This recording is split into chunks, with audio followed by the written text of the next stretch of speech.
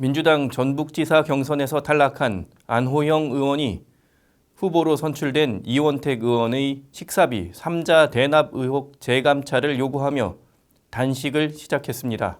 안 의원은 당초 전북지사 출마를 선언했다가 중도 포기하려 했습니다. 그런데 지지율이 앞서던 현직 김관영 지사가 대리기사비 지급 논란으로 당에서 제명되자 완주를 선언했습니다. 민주당은 감찰에서 이 의원 의혹이 문제없다고 결론 내린 상태입니다. 그런데도 안 의원이 단식까지 하는 건 공천이 곧 당선이기 때문일 겁니다. 결선 경선이 진행 중인 민주당 전남 광주 특별시장 공천에서는 비방전이 계속되고 있습니다. 경선 탈락 인사들과 송영길 전 대표가 김영록 전남지사를 지지하자 민형배 의원은 배신동맹이라고 공격했고 김 지사 측은 민 의원의 얄팍한 민낯이라고 반격했습니다. 양승조 충남도지사 예비후보는 자신을 지지하지 않는 지역 유권자를 비하한 발언으로 논란을 일으켰습니다. 정원우 서울시장 후보는 여론조사 결과 왜곡 유포, 신용한 충북지사 후보는 경선 과정 불법 선거운동 혐의로 고발돼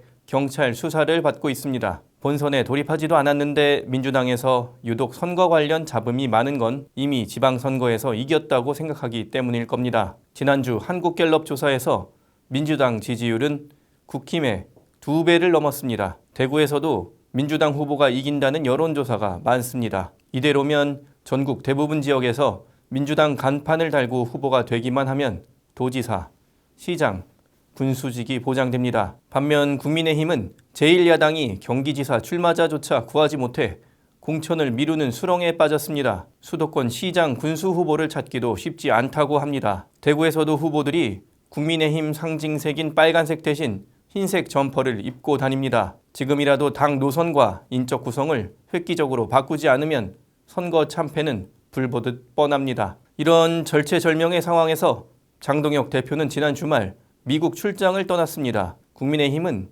한미 동맹과 민생 경제를 확실히 챙길 계기라며 중동 전쟁 여파로 어려움이 있는데 보수 야당으로서 역할이 있지 않겠나라고 했습니다. 출국 날짜를 앞당겨 체류 일정도 2박 4일에서 5박 7일로 늘렸습니다. 지방선거는 재외 국민투표도 없습니다. 현장에서 유권자를 만나기도 바쁜데 선거를 진두지휘해야 할 당대표가 사실상 일주일 외유를 나간 겁니다. 지방선거를 포기한 것이란 인상마저 듭니다.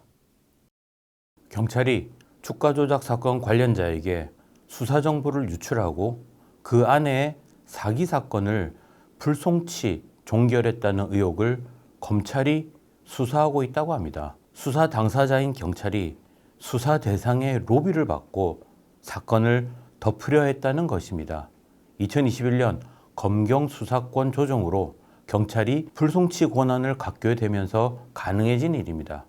이번 일은 검찰의 금융수사부가 주가 조작 수사를 하다가 드러났다고 합니다. 압수한 피의자 휴대전화에서 경찰이 전달한 수사정보 문자 메시지가 나왔다는 것입니다. 불송치 권한이 유지되는 상태에서 검찰 보안 수사권까지 폐지되면 적발조차 어렵게 될 우려가 있습니다. 검찰의 직접 수사권이 폐지된다고 경찰의 비리가 방치되는 것은 아닙니다. 신설되는 중수청이 경찰 비리를 수사할 수 있습니다. 문제는 송치와 기소 과정에서 작동하던 검찰의 견제가 완전히 사라지면 일선 경찰의 비리가 일상이 될 우려가 크다는 사실입니다. 범죄 피해자인 국민에게 돌아갑니다. 김병기 의원 사건에서도 경찰은 대놓고 수사를 뭉갰습니다.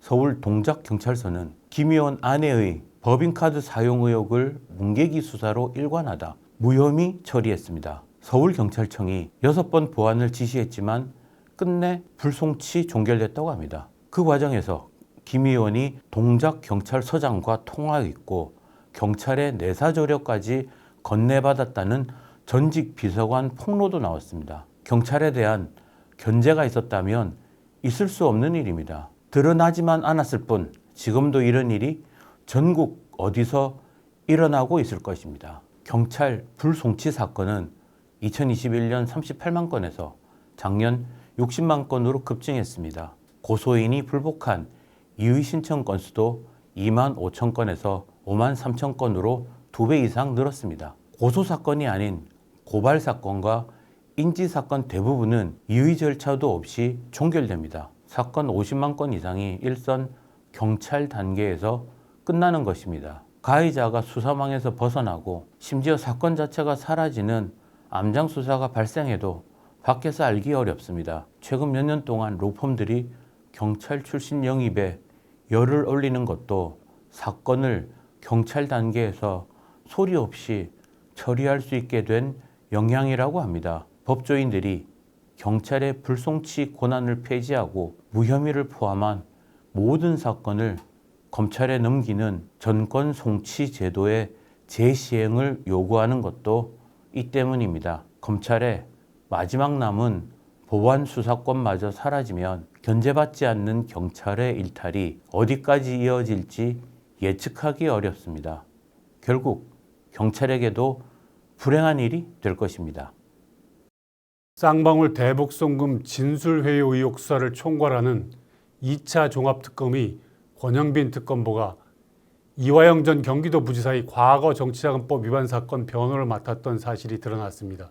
이 씨는 대북송금 사건으로 유죄가 확정됐는데 민주당과 이 씨는 이 과정에서 검찰이 이재명 대통령을 공범으로 엮기 위해 진술을 회유했다고 주장하고 있습니다. 그런데 과거 이화영 씨 사건 변호인이었던 권 특검보가 특검에 들어가 이 씨가 제기한 의혹을 수사한다는 것입니다. 이화영 변호인 출신이 이화영 관련 사건을 수사하는 것이 말이 됩니까? 더구나 이화영 씨는 권 특검보를 방용철 전 쌍방울 부회장 변호인으로 소개해줬다고 합니다. 대북송금과 별개로 자신이 쌍방울에서 법인카드를 받아 쓴 혐의로 수사를 받을 때였습니다. 이 씨와 권 특검보 관계는 단순한 과거 사건 변호인을 넘는 관계라는 사실을 보여줍니다. 당시 방 전 부회장은 검찰에서 법인카드를 이화영 씨가 아닌 다른 사람에게 건넸다고 허위 진술을 하다 결국 자백했습니다. 이후 권 특검보는 변호인에서 사임했다고 합니다. 여러 정황상 이화영 씨가 자신의 이익을 위해 권 특검보를 소개했을 가능성이 큽니다. 그런 관계에 있는 두 사람이 한 명은 의혹을 제기하고 한 명은 그 의혹을 수사하는 특검보라면 그 수사 결과를 누가 믿겠습니까? 권 특검보는 얼마 전 대북송금 사건과 관련해 윤석열 정부 대통령실의 개입 정황을 확인했다며 이를 국가 권력에 의한 초대형 국정농단 의심 사건이라고 했습니다. 본격 수사를 하기도 전이었습니다. 실체적 진실을 찾겠다는 것이 아니라 정치를 하는 것 아닙니까? 2차 특검의 김지미 특검보도 마찬가지입니다. 민변 사무차장 출신인 그는 최근 김어준 씨 유튜브 채널 프로그램에 나와 윤 전 대통령 등의 소환 여부와 관련해 빌드업 과정이고 곧 원하는 장면을 보시지 않을까 한다고 했습니다. 특검보가 수사 중에 정치 유튜브에 나온 것도 심각한 문제인데 마치 수사를 인민재판으로 여기는 듯한 인식까지 드러냈습니다. 특검 수사의 정당성은 정치 중립과 공정성에 있습니다. 특검보들이 이런 편향성을 갖고 있다면 그 자체만으로 자격이 없습니다.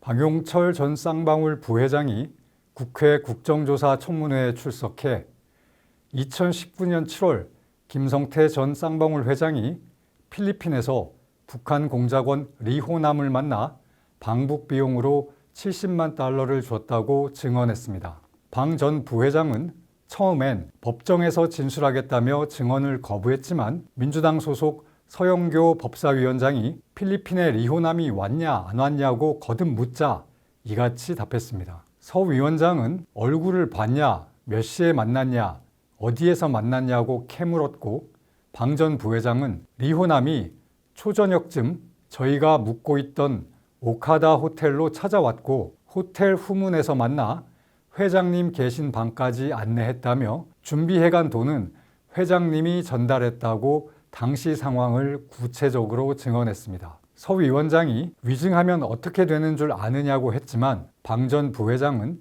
진술을 바꾸지 않았습니다. 민주당은 김성태 전 회장이 필리핀에서 리호남을 만나 방북 비용을 전달했다는 기소 내용이 조작이라고 주장합니다. 이종석 국정원장도 리호남의 출입국 기록을 근거로 당시 그가 필리핀에 없었다고 했습니다. 민주당은 방 전 부회장을 불러 이런 주장들을 확인하려 했지만 현장에 있었던 방 전 부회장은 자신이 필리핀에서 리호남을 똑똑히 봤고 김 전 회장이 돈을 전달했다고 재확인했습니다. 그렇다면 방 전 부회장 진술과 국정원 발표 둘 중 하나는 사실이 아닐 것입니다. 앞서 대북송금 사건 재판 때도 이화영 전 경기도 부지사가 리호남은 필리핀에 없었다고 주장했지만 재판부는 리호남은 북한 공작원으로서 다수의 가명과 위장 신분을 사용하는 사람이라며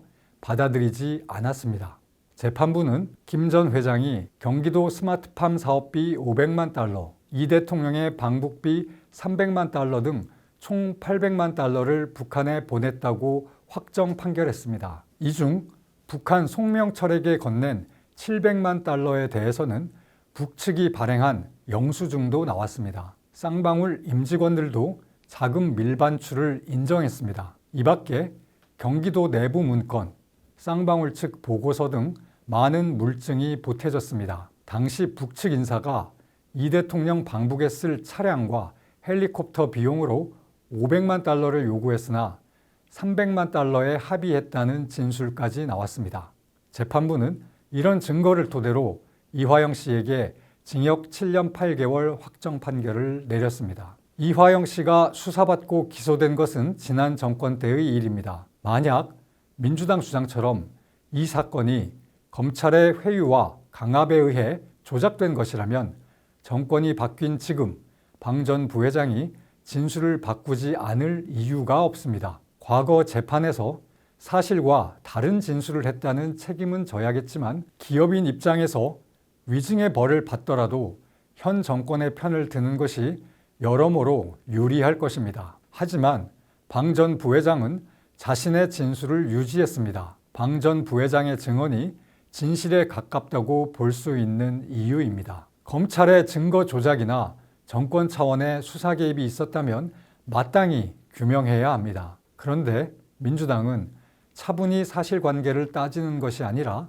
결론을 미리 정해놓고 거기에 어긋나는 어떤 증언도 물증도 인정하지 않으며 윽박지르고 있습니다. 마치 흑백을 바꾸려는 듯 합니다. 이원석 전 검찰총장이 16일 대장동 조작기소 국정조사에서 항소 포기로 대장동 일당은 형량도 올라가지 않고 범죄 수익도 박탈되지 않는다며 이만큼 이익을 주는 게 어디 있나라고 했습니다. 현 검찰의 항소 포기로 대장동 일당이 수천억 원의 부당이익을 고스란히 챙길 수 있게 된 불의를 개탄한 것입니다. 이 전 총장은 대장동 수사 검사 9명에 대한 감찰 지시에 대해서도 납득하지 못하겠다고 했습니다. 대장동 항소 포기로 논란이 일자 법무부 장관은 대장동 사건은 성공한 수사, 성공한 재판이라고 했습니다. 성공한 수사를 한 검사가 몇 개월 만에 감찰을 받아야 할 검사로 바뀐 것입니다. 이 전 총장은 대장동 사건 수사는 문재인 정부에서 시작돼 넘어온 것이라고 했습니다. 민주당이 공격하려면 문 전 대통령을 대상으로 삼는 것이 사리에 맞습니다. 수사검사 한 사람은 큰 수술을 받고 입원 중이라 국회 출석이 불가능한 상태였습니다. 그런데도 국정조사 특위는 이 검사를 강제로 데려오기 위해 동행명령장까지 발부했습니다. 최근 검사는 극단적 선택을 시도했다고 합니다. 지금 특위는 이 대통령 관련 사건인 쌍방울 대북송금과 대장동 비리 등을 수사한 검사들을 불러 조리돌림하듯 조롱하고 조작을 실토하라고 윽박지르고 있습니다. 그러다 이런 일까지 벌어지고 있습니다. 대장동 일당은 그동안 재판에서 이 대통령에게 불리한 진술을 하다가 작년 말부터 말을 바꾸고 있습니다. 협박으로 검찰 프레임에 맞춰 진술할 수밖에 없었다는 것입니다. 형량을 줄여주는 사명권은 대통령에게 있습니다. 민주당은 바뀐 진술을 바탕으로 국정조사에 이어 특검까지 추진하겠다고 했습니다. 국정조사에서 대장동 일당은 더 적극적으로 진술을 바꾸고 있고 민주당은 번복한 증언을 기정사실로 몰고 갑니다. 국정조사위원인 민주당 이건태, 김동아 의원은 이 대통령의 대장동 변호인 출신입니다. 상식 바뀝니다. 이날 2차 특검은 쌍방울 대북송금 조작 기소 담당자를 권영빈 특검보에서 다른 특검보로 교체했습니다. 과거 이화영 씨 사건 변호인이던 권 특검보가 이화영 관련 사건을 수사하는 것은 이해 충돌이라는 지적 때문입니다. 이 김 의원도 국정조사위원을 그만둬야 합니다. 이 전 총장은 입법부가 사법부 판결에 이렇게 개입한 적이 없다고 했습니다. 공감하는 국민이 적지 않을 것입니다.